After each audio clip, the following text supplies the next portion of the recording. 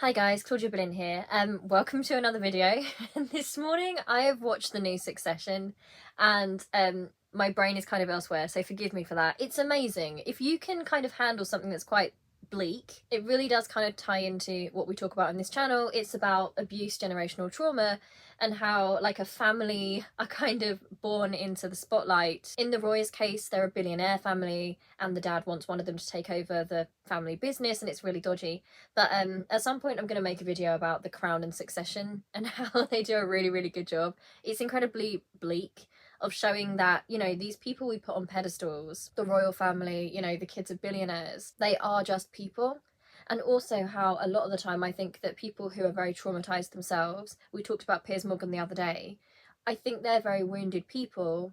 Then they get into positions of power and they kind of continue the cycle. So anyway, I won't talk about Succession forever here, but if anyone else is watching it, like connect with me on that because it's my thing right now. I'm obsessed. There's only 2 left. Right, so now I've allowed myself that little info dump because I'm a bit excited.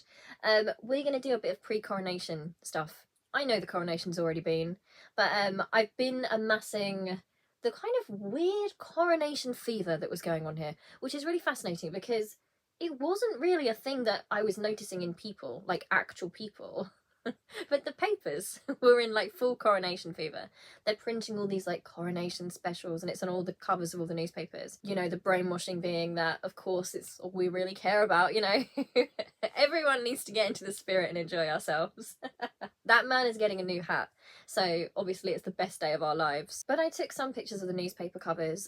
If you're interested in that kind of thing. Honestly, I don't have a lot here. I've just chosen some specific examples because there's so many of them and I feel like once you've seen 1 or 2 you can kind of realise like what we're facing here. But we had the pre-coronation newspapers, so that's all the tabloids like the Mail, the Sun, etc.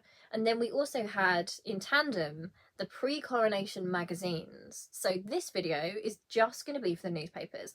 The next one, which I might be wearing the same thing in, I might even record it after this, so maybe, is going to be the pre-coronation magazines, because it's been like a kind of 2-tiered attack system here. It probably won't surprise you on this channel to know that a lot of the coverage in the lead up has actually been about Harry and Meghan. You know, the newspapers were obsessing on whether Harry was coming, whether Meghan was coming. We've touched on that a bit. But, you know, it is interesting, isn't it, when you think about the lead up to this coronation that we're all supposed to be so excited about. The whole nation really excited. And yet all they can really talk about is Harry and Meghan, because there isn't really that much interesting else really to talk about, is there? That's all that really tells you, which is actually even funnier, that coverage, considering the fact that mostly they stayed in their house. They barely came out of their houses. But the tabloids were so desperate to find out what they were doing. They've made them the main characters in the coronation, and then as you'll see like in the coming weeks and in the further coverage, they do this thing with Harry and Meghan where they like relentlessly talk about them. They put them on the covers. They're always spreading nasty stuff about them. And then they like turn around every so often. Like you'll get one of the journalists going on a news show and they'll sit there and go, aren't we so tired of Harry and Meghan always being in the news? It's like, you guys are doing it. Don't play that game. We know about Darvo. We know about gaslighting. Of course you want them in the news because it's making you money to make people hate them. Like, don't pretend. But let's look at this one. The Sun on Sunday. Exclusive. Prince's dash. He plans 24-hour coronation visit. And at the bottom you've got the current king, who at that time was king but not crowned. And just looking at this, who would you think? Who would you think's going to be crowned here? Who's the figure that's the most interesting in this image? It's all about Harry. He is overshadowing his father on his father's own coronation. And that must be gutting for the royals, really, mustn't it? Because yeah, sure, they're happy that Harry and Meghan are getting smeared, but it must annoy them. They keep repeating, don't they, the journalists? They keep talking about how irrelevant Harry and Meghan are. Meanwhile, they know that the only way they can sell their magazines and their papers is if they use their names and their pictures. But yes, the whole world can pay homage to King Charles. And that's the kind of thing we've got here a lot. Like, you probably wouldn't believe if you're not here, like, just how dystopian it is and how brainwashy it is. Like, they talk about the king as if they're talking about God. Okay, he plans 24-hour coronation visit. Prince Harry plans a whistle-stop visit to his dad's coronation next weekend. He will see Charles crowned at Westminster Abbey and then aims to be back in the US for son Archie's 4th birthday. An insider confirmed last night He'll be in and out of the UK in 24 hours. And they're so desperate to sell their papers and to use his name that that's not even... Is that news? The insider says that he's only going to be here for 24 hours. I mean, okay. He was invited to the coronation. He's going to the coronation. He's going back to see his son. Put that on the front pages. It's not like there's anything else really important happening here at all. It's not like there's like a cost of living crisis. Don't worry about that. We've got a 24-hour visit from Harry. And you know that the tabloids are angry about that because they want as much as they can possibly get out of him. And the same with Meghan. All they know and all they have to report is Harry's coming for the coronation and he's going home again. Okay, and in more brainwashy content, never before in our history has the public been offered the chance to pay homage in this way. You know, obviously we're not worthy. You know, how grateful we are. How incredibly grateful that we now have the opportunity to pay homage to Charles, man of the people. Okay, and underneath it we have the oath. So here's what we are to say, the homage of the people. The Archbishop of Canterbury. I call upon all persons of goodwill in the United Kingdom, of Great Britain and Northern Ireland, and of the other realms and the territories to make their homage, in heart and voice, to their undoubted King, defender of all. All who so desire in the Abbey and elsewhere say together, I swear that I will pay true allegiance to your Majesty and to your heirs and successors according to law, so help me God. A fanfare is played. Archbishop of Canterbury, God save the King. And then we're all meant to say, God save King Charles. Long live King Charles. May the King live forever. I don't really think that last bit's particularly realistic, but you know, if realists are into that, sure. May he live forever. You know, I just do find that totally bizarre. And what I'll say is that it feels very religious, and it does frustrate me because I'm religious myself. I'm Christian, right? So these are the sort of things you would say about God or about Jesus. If you're a Christian, obviously, rather than another faith. But if you're a Christian, these are the kind of things that you'd say about God, right? And the reason why you would say those things about God or Jesus is because you believe in the Bible, right? You believe in the scriptures, because you believe in Jesus's teachings. And it's also very mutual, right? So when you're actually talking about faith, you're talking about a relationship.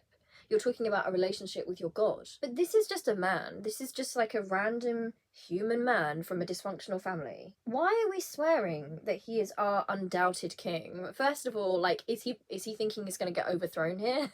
Like, why do we need to do that? Our undoubted king. He sounds kind of scared. You know, it doesn't sound very confident, does it? I'll put it like that. I mean, he's not the undoubted king. I doubt him. I doubt him very much. And defender of all. And that really, really makes me very angry because, you know, we look at the cost of the coronation. He can't even defend his daughter-in-law and her children from racism, right? He can't defend his own child or children against the abusive press. If he can't defend those people, then I don't think... do we want him defending all of us? I don't think so. You know, and this paying true allegiance to your Majesty, like, what does that mean? Seriously, what does that even mean? Like, what does it mean? You have to... Like, does it mean you have to agree with what he does, no matter what he does? Like, if someone contests his reign, do you have to... Like, it doesn't make sense to me in this day and age. Because remember, like, when you're looking at... For example, like, let's look at democratic systems and let's look at, you know, people we might elect to represent us. We are supporting them and choosing to support them based on their principles, right? Based on their values, based on what they're going to do and what their ideas are. It's the same with religion, right? So if you swear an oath to God or to Jesus in Christianity, obviously there's lots of other religions that you can do that in. I'm just using Christianity as the example because I'm a Christian, but it's because you believe in the principles, right? You believe in the love and the faith and the principles, and because you stand for something. Now, what I find so incredibly bizarre about all this, just like looking on as someone who's an anti-monarchist, is that Charles is just like this mascot figurehead that isn't allowed to be political. So what are we swearing allegiance to? Like, what exactly are we swearing allegiance to? And also this pledge that so many people are taking, saying that they pledge allegiance to his heirs and successors according to law. I've said this in another video, but according to law, Archie and Lily are part of a succession. They are on that list of successors. So I don't understand these people who are so pro the monarchy, but they're so awful to Harry and Meghan. did they make this pledge? And if that's the case, it doesn't make sense. How can you pledge allegiance to both of these things at the same time? Because if their interests contradict each other, right? So if it turns out through the phone hacking that it is to do with Charles's camp that has been putting out these horrible things about Meghan and Harry and the kids and contributing to basically what's going to be a horrible situation for those children, then the whole oath kind of falls apart, doesn't it? You know, it just doesn't make sense to me. All these monarchists talking about this pledge, like, oh yeah, we love them, we hate Harry and Meghan so much, they've ruined everything. We don't want them as part of the royal family, but we're making this pledge. So you're pledging to Archie and Lily. And I want to know how you can possibly pledge to Archie and Lily and to that institution as it currently runs at the same time. You can't. Okay, on the Daily Express, we have King's solemn vow to serve us all. Millions watching coronation are invited to pledge allegiance. And on the bottom right hand side, we've got love is in the air for Wills and Kate. And every so often they will put a random picture up of William and Kate. And look, I don't know what their relationship is like, but the public image they have is, perhaps by design, kind of stilted, right? It's very posed and doesn't feel very natural, which might not be their fault at all. You know, I have no idea what their relationship is like, but because of their roles, like they're not really allowed to show affection to each other, you know. So it's really weird because they're trying to like give us this picture of like, oh, look at the love between these two people, and it's like I am watching a young white couple stand next to each other and smile at the camera, and I'm being told this is the greatest love story of all time. You know, I keep being told in all the papers, I keep being told, wow, this is what we aim for, you know, what a relationship they've got. And then you start asking, well, why? What relationship have they got? And we've got no idea. We've got absolutely no idea. But, you know, they're smiling white people. And here's the thing, I'm not saying that as in anti-white people, like there's not a problem that they're white. But what I mean in terms of the symbols that they are, what do they represent if you're not allowed to read them politically, right? What do they at a base level, this whole thing, what does it represent? It's smiling traditional gender roles. It's a white couple. There is absolutely nothing wrong with being a white couple, by the way. I'm trying to think into the minds of the people that are like super into the monarchy. And to them, it's reassuring, I think, because that is the idea of the perfect family, right? White woman, white man, they've got 3 kids. You know, it's all very proper because for some reason, I've noticed this a lot of royalists are very anti the idea of like PDAs, like public displays of affection. I mean, I'm not the greatest fan of those either, but have you seen how in the past they've made comments about, oh, you know, why are Meghan and Harry holding hands all the time? Like, why are they standing so close together? And I'm just looking at it and I'm thinking, that looks like a very normal couple that love each other. Like in a relationship, sometimes, not everyone, people have different relationships, but a lot of couples like to hold hands, a lot of couples like to lean into one another. And yet when with William and Kate, it's bizarre because their hands will brush by accident and the whole media will be like zooming in on it as if to show us, look at this beautiful love story. I'm not saying it isn't. I honestly don't know anything about their personal lives and their relationship. But it's really weird, isn't it? How this is meant to be the love story that we all look up to. And yet there is nothing there. Like, there is absolutely nothing. Love is in the air for Wills and Kate. Why is there love in the air? It's an anniversary. It must all be going so well. Let's all rejoice about this anniversary of this couple we don't know anything about. The relationship could be the worst relationship in the world. I don't know. So anyway, sorry, I veered off a bit there. King Charles will make a poignant public pledge to serve all the people at his coronation on Saturday. He will declare before guests at the ceremony in Westminster Abbey and a global television audience, I come not to be served but to serve. Millions of loyal subjects around the world will then be invited to join together in pledging allegiance to him. Once called the homage of the peers and reserved only for lords, it is now called the homage of the people. In what is set to be the most inclusive and unifying coronation in history, Charles will also become the first monarch to pray aloud during the 2-hour service in a powerful new addition to the historic occasion. Then it says 3 women bishops and multi-faith, etc., etc. I'm not turning over the page. You know, this poignant public pledge to serve. Where are you, what are you serving? Like, that sounds funny. But also, yeah, what are you serving? He pledges to serve and to slay the house down boots. But you know, it's all just words. I come not to be served, but to serve. Who are you serving? There's people starving, right? There's people cleared off the streets. There's children using food banks. Who are you serving with your £250 million coronation? Like, and now we're supposed to be happy that, oh, well, it's more inclusive because the homage used to be just for lords. And now we too, we simple peasants, can also, like, give our undying loyalty to this man that we know little about in terms of politics. We know that he didn't treat Diana very well. He seems like a complex person. That is not more inclusive, right? How is that more inclusive? Now we too get the honour of pledging our eternal loyalty to this king, and also saying that may he live forever. That must be a difficult one for William, right, to read. I don't know, actually. It depends what William thinks about being king at this point. Maybe he really loved that bit. Maybe he's thinking, I hope you just live forever and I never have to be part of this. You know, and it's all this optics and PR from the royals, because when you look at the royal family and in terms of, like, progressive politics, it is not a progressive institution, and it doesn't matter how many people try to say it is. It just isn't. Like, logically speaking, it's not a progressive institution. However, the people inside the system that have tried to progress it, I've said this before, have been Diana, Harry, and Meghan. They are the royals that from within have tried to reform it and push it forwards. And I've said before, I don't really think that would ever have been completely successful, because the institution itself it has to maintain its status quo, right? It has to maintain power. Once you start introducing progressive politics and democracy into it, it kind of starts falling apart, because people start thinking about issues and then thinking, why do we have a monarchy? That doesn't make sense. It is a slippery slope, but it is not lost on me. The absolute hypocrisy, and it just makes me really angry, honestly. The fact that you've got William and Kate and Charles being held up as these progressive people because, I don't know, because Charles is letting the peasants swear allegiance to him. You know, they are taking everything that Meghan and Harry offered to that firm. And I've said this before in terms of, like, Meghan and Kate when we analyse their public roles.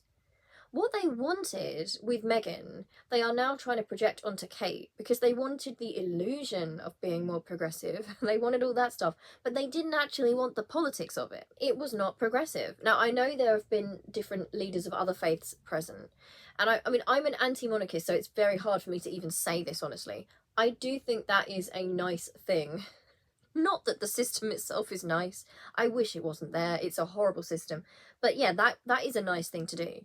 But it all just looks a bit hollow, doesn't it? It's all just a bit hypocritical when it actually comes down to it, when it's not about PR, when it's not about making a statement.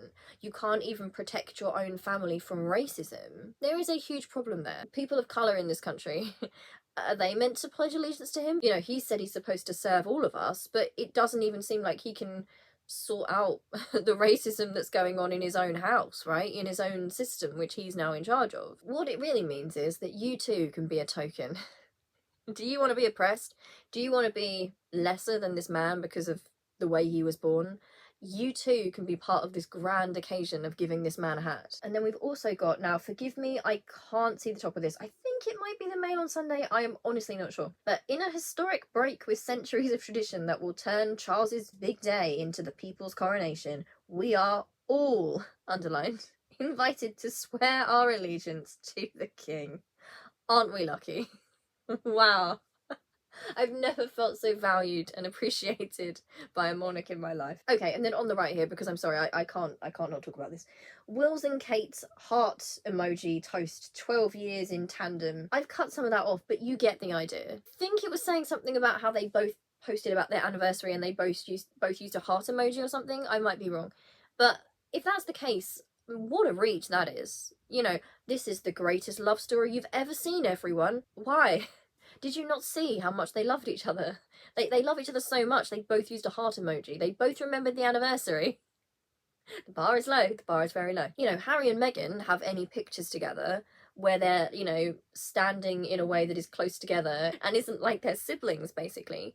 It's like, oh, there's too much affection going on here. Oh, it's not very royal, is it? It's all very lower class. This is a picture of two people with a huge, like a space between their bodies on separate bikes. Love story. Greatest love story of all time. I don't know. At the top as well, you can get a free giant Kings and Queens poster. And it looks like you can get a big picture of young Charles. Heartthrob Charles in his heartthrob era. You know, and it is kind of sad in a way. Like, obviously I don't feel sympathy for Charles as the fact that he's the king and all that kind of thing. But as a human being, I do, because, you know, I've said this before, he was raised into this role. I've been reading his biography, and he basically was abused. He really was, according to the biography and the things he shared over the years. He was abused into this role, and then the role just never came about. He was like a spare part waiting for his mother to pass, which is a horrible thing anyway, isn't it? That you can't, you know, do the role you were trained for until your parent is dead. Like, that's going to mess you up. But now he's taken the throne and he's in his 70s. You know, and I know it's ageist, but that's, you know, how the media is. That's why we've seen Kate Middleton on the front of loads of these magazines and on the front of the papers. Because it's just not, they're not really willing to sell. What can they sell with Charles? I know that sounds really bad. People who are older can have so much value to give. But in terms of the royal family, which is all about optics, that's why they're pushing Kate forward. You know, you don't look at Charles and think, wow, he absolutely screams propaganda, do you? And I don't mean that in a mean way in terms of looks or anything like that. I just mean in the sense that with the Queen, she didn't like arrive to us here as an old woman. Right, we kind of, part of the reason she was successful, I think, is because, you know, she was like a teenager in the war, wasn't she? And over time, we were kind of exposed to her, and we kind of watched her grow into her role. I say that, I wasn't even born, but that's basically how it is here. So people felt very attached to her. But immediately selling her, if they had to sell her in her 70s, you know, give her her first shot at being queen in her 70s, I don't think that would be so easy to do. And it is true that he's lost his youth, right? His whole youth and his whole life, in some regards, has actually gone for this system, which is a miserable system anyway, because, I mean, he seemed miserable at the coronation. So that must feel really difficult, and it makes me feel really conflicted, because it's like, oh, look, anyway, this is the young Charles. Let's all have a look at that, and not the old man here on the throne who, to be honest, looks really tired and stressed, and he looks like the weight of the world's been on his shoulders. He looks kind of grumpy, kind of sulky, and if we're honest, like, kind of quite traumatized in a lot of ways. It's not selling the monarchy, right? It's not giving glamour. It's not even really giving happiness. So that's why they're reminding us of the young Charles. And what they say in this article, the trailblazing move will make the ceremony more of a people's coronation, as opposed to only members of the aristocracy being able to make such a pledge. It's not the people's coronation, and the level of gaslighting involved in that, the people's coronation, why don't you let the people vote? I just think, you know, it makes me think of Diana. And maybe, like, I'm wrong to think like that, but, you know, the idea that she was dubbed the people's princess, right? Even that name in itself is very much propaganda, because a princess in that system is not really for the people. But I get what it means. I get why people feel that way, and why, you know, I feel a lot of empathy and sympathy with Diana as a human being. I like her as a human being from what I know of her. I've read the book and I do like her very much because she does have empathy. I still remember during the the AIDS scare, when she would go to the hospitals and those patients wouldn't be touched by anyone. There was such stigma, and she was hugging people, and she was just a human. I mean, we know that she fell in love with men that weren't white. She really wasn't typical of the kind of world she'd been raised in, but it just feels very rich to me. Again, it feels like using the things from the royals that are no longer royals, that were hounded out and abused out, and felt like they had no place there, and then basically stealing their skins and trying to wear them, and we're just supposed to sit there and pretend like we're fooled. Every move Diana tried to make, she was scuppered. Charles and Camilla made her life complete hell. So to then be like, oh, you know, it's the people's coronation, Charles is so in touch with the people. No, the royal that at the time broke kind of tradition and was more in touch with the people was Diana, and look what they did to her. They smeared her, they made her seem unstable, they made her feel so small, they tried to completely destroy her. You know, so think about that emotionally, you know, the kind of emotional leaps that Diana took the family in, and thank goodness she gave to Harry, and I hope that what she gave to William is still in there somewhere. So that part's been taken from Diana, and then you've got the diversity thing, where suddenly they're acting like, oh, it's so inclusive and modern. They're basically taking everything Harry and Meghan wanted to do, and they're not really doing it, but only doing it for optics. You know, it is really common if we look at Meghan, for example, Meghan and Kate.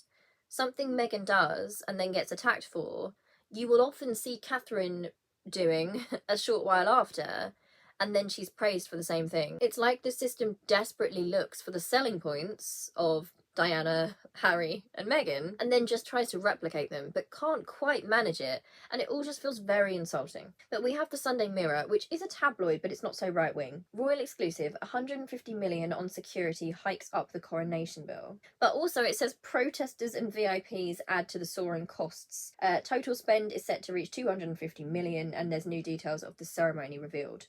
Now, what makes me really angry is the fact that, they have to pay that money because of the protesters. And then it turns out that they just started arresting the protesters. So do we need that? Did we need them to spend all that money on arresting protesters? Like, that was wasting time and resources when they could have just let the protesters be and exercise their democratic right and stand there with their placards. But oh no, they used their resources up by rounding them up, taking them away. I do understand the need for security in terms of protecting the people that are famous, and that people might want to hurt from being harmed. I understand that.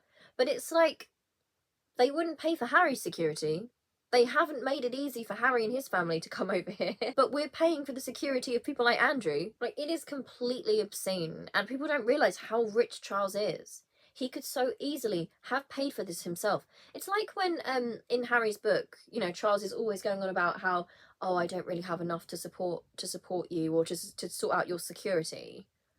And it's that, what are you talking about? Yes, you do. You have a very big personal fortune. At least pay for your own security. If you insist upon being the king, even though we haven't voted on it, pay for your own security. But what we also have here is Darvo, because they're acting like, oh, but really, it's not the king's fault. It is, in fact, the protesters' fault. Yeah, because those peaceful protesters, wow, they really needed about 100 million to stop those peaceful protesters from peacefully protesting, didn't they? Like, that was a great use of money. I don't even believe that is where the money's being used, by the way. I don't believe that at all. Okay, and then what we have here is something in the Mail on Sunday, which is just fascinating. So they have focused on Harry as well. With days to go, coronation organisers say they are in the dark about Duke's plans, as one complains. And here's the headline: it's been easier to talk to Sinn Féin than to Harry. And we've got a picture of Harry with his hand on his hip there. Oh, he's so difficult. He's so incredibly difficult. What are they going to do with days to go? The coronation organisers, they're in the dark about his plans. Like, what is there to even know? He's been asked to go. He said he's going to be present. Like, leave him a seat. The whole coronation is revolving around Harry. And again, I think they've frightened themselves. It's like what I've said before in the magazines. They think Harry's turning up like Guy Fawkes. What's he gonna do? Like, is he gonna, like, yell during the ceremony, or, like, rip the crown off the king's head? And I wish he would. I wish he had.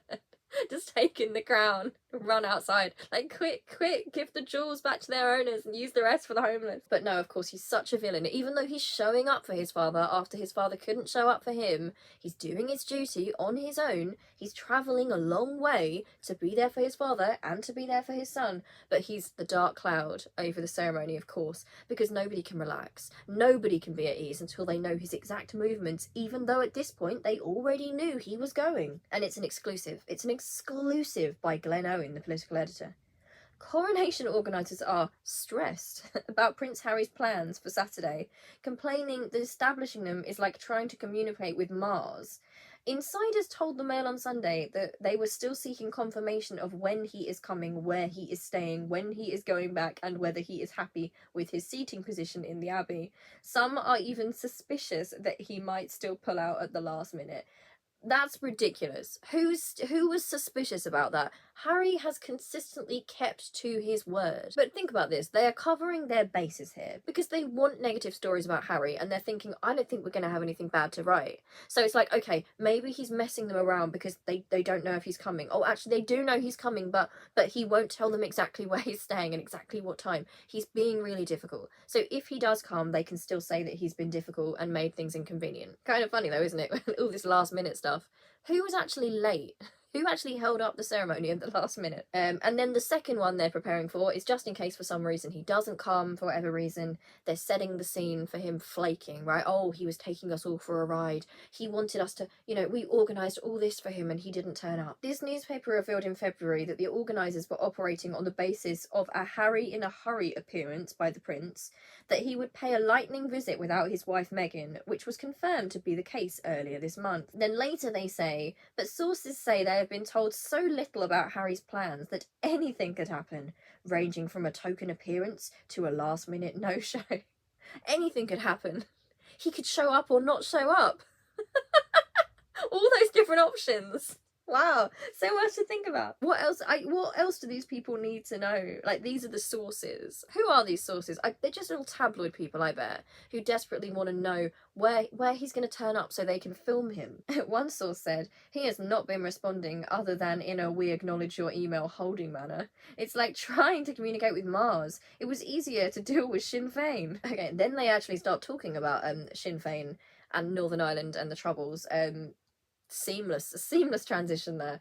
And let's just also talk about the fact that the things they relate Harry to, they often portray him as dangerous, like a terrorist, like a traitor, and that's why they're kind of bringing these ideas together here, in my opinion. They're making that association. Then they go on to say, last week Harry continued his battle with the British press when he claimed that the late Queen and King Charles had been complicit in a cover-up of phone hacking by making an agreement with the publisher of The Sun and the News of the World. But the High Court judge hearing the case, Mr. Justice Fancourt, said that there appeared to be factual inconsistencies in Harry's legal claim about allegedly being a victim of hacking. I mean, I would expect a tabloid to say that. Also notice how they're trying to set Harry against the Queen. Harry said that the Queen did this and the Queen did that, and he's against the Queen, and we love the Queen, didn't we? And then it moves on. It then said, the coronation source added, Harry seems to be adopting a high noon approach, making everyone sweat about his movements. I really don't think, again, it's like their projection. Who do they think Harry and Meghan are? Like, he's not sitting there thinking, do you know what I'm going to do? I'm going to zigzag. They're not going to see me coming. It's not a game. Like, what do they think he's doing? They think he's trying to, I'm going to really confuse them for fun because I'm evil. I'm going to make you sweat. Why would you be sweating about it? He said he's coming. Like, leave him the seat. What's the big deal? While the royals are confident that he will show up, others involved are not quite so convinced. So the article's been pointless then, because basically they're just trying to create controversy out of nothing because the royals already think he's coming. The royals think and know he is in fact coming. He has said, in fact, that he's coming. But oh no, our tabloid sources say there's a possibility he might not, so we've got an article to write. The working assumption now is that assuming he does come, it could mean arriving as late as very early Saturday by private jet and leaving by late afternoon the same day. Yeah, well done. But let's also note here that the whole, oh, he's coming in on private jet, it turns out that Harry didn't fly privately. So that was another thing they were trying to get him for. They didn't manage to do it. The Duke of Sussex's representatives did not respond to a request for comment at the end, as if he's evading them. What is he supposed to comment on here? What did they ask? Like, so Harry, we hear that you're coming to the coronation, and the royals think you're coming to the coronation.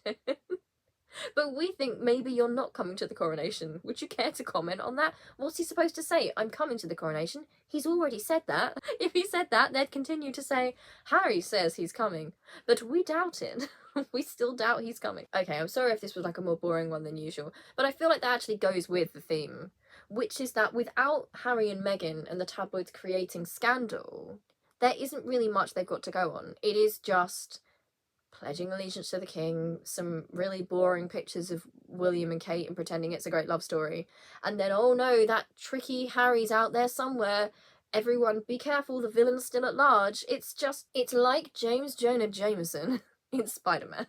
Like, what he thinks Spider-Man is what the tabloids seem to think Harry is. But yeah, there were so many I could have chosen, but they're all pretty much the same thing. It's all just royal propaganda, pretending like we're all so excited, and how lucky we are, and how progressive it is, because we get to, as peasants, swear allegiance to the king. It's all just so mad to me, as an anti-monarchist. Like, I can't understand it. I can't understand how so many people here are completely brainwashed by it. But there you go, that's what we've got here. So, thank you for watching. Next one will probably be much more exciting because we've got the women's magazines, I do the quotes because they call them women's magazines, they are just magazines in fact, those ones are very interesting and made me very angry.